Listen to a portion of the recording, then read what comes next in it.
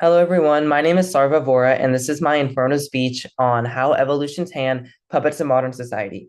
I chose this topic because I've done a little bit of evolutionary bio research before, and I find this topic very interesting and also easily digestible for people who aren't in the scientific community as well.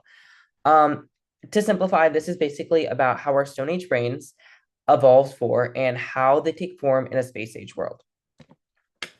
What I mean by Stone Age brains is our brains when we were first evolving 400,000 years ago. Homo sapiens have been around for 400,000 years. And when we first evolved, we evolved in a much different environment than the present environment today. Even in the past 1,000 years, our present environment has rapidly changed and has become much more different than what we originally evolved for. And one of the first reasons or primary ways we can see this is that when we evolved, there were not that many humans around. So we evolved as a creature who functioned in small tribal units. Humans preferred intimate, close relationships with each other. And Lyndon Fork's 2021 paper basically establishes a Dunbar's number, which is the maximum amount of connections humans can have with other people, and that's 150.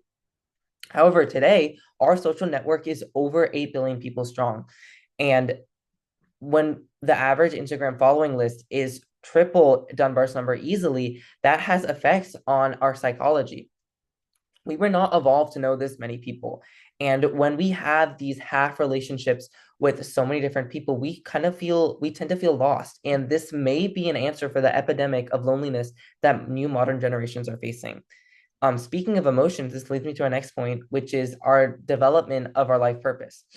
Just like all other species, when humankind first evolved, our life purpose was to survive, to farm resources and to gain access to shelter in order to pass on our genes to the next generation. That was our top priority.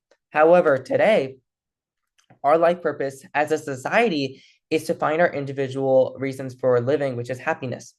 When we search for happiness, it is very different from what we were originally evolved to do. The bottom line is we were not evolved to be happy. We evolved to survive.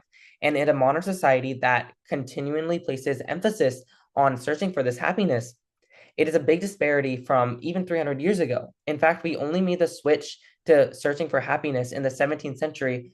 And this comes from McMahon's 2017 paper that basically says that we switched from survival to happiness very recently. And the way we search for that in a world of excess is greatly damaging to our psyche because addiction comes from this continual search for happiness. Abusive substances, overeating, and doom scrolling, they all come from that constant crave for dopamine. And when we don't have that, when we don't have a happiness is much more subjective than survival. And when we have a subjective reason that's dictating what we're doing with our lives, we often feel lost in our life's purpose. This is basically a byproduct of our intelligence. And intelligence we know is an evolutionary survival tool. We can look at dolphins and elephants today, and they have a baseline intelligence that helped them increase their survival rate. And intelligence is our distinction as humanity. However, like I said earlier, we've moved past surviving and we're now looking to happiness. So, how has intelligence evolved as a tool for us? Intelligence has turned from a tool for survival into a skill for progress, and we use it to climb the social ladder. The best example I can provide of this is education and higher education. As a society, we perceive someone who graduated from high school as less intelligent than someone who graduated from Harvard. And I won't delve into the moral complications of this dilemma. However, it is very apparent that the more intelligent you are, the higher you place on the societal ladder. And this is a paradox because this is against what natural evolution selected for. And a good modern day implication of this is that in Central Africa, when there are less access pathways to higher education, their fertility rates are still higher than America, where we have premier higher education. And a lot of this has become a debate on the obsolescence of human intelligence. Even Turechina in a 2025 paper basically says that human intelligence becoming less mandatory and the baseline, we've exceeded the baseline and now we have to recede because it's not helping us evolutionarily. To summarize, there are basically three main reasons that I outline in this speech why evolution changed from what we evolved from.